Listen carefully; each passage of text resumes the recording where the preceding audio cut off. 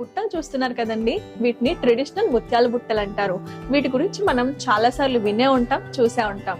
ఈ బుట్టల అందం ఇప్పటికీ ఎప్పటికీ అలానే ఉంటుంది.